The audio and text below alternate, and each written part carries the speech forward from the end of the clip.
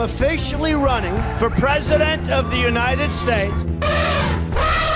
Beginning today, the United States of America gets back its borders. Porn addiction is one of the fastest growing health epidemics in the world.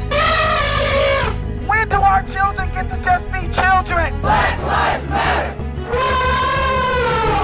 Look, I get why the government wants my money, but why in the world does the church want my money?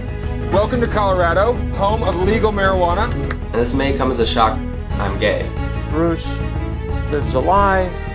She is not alive.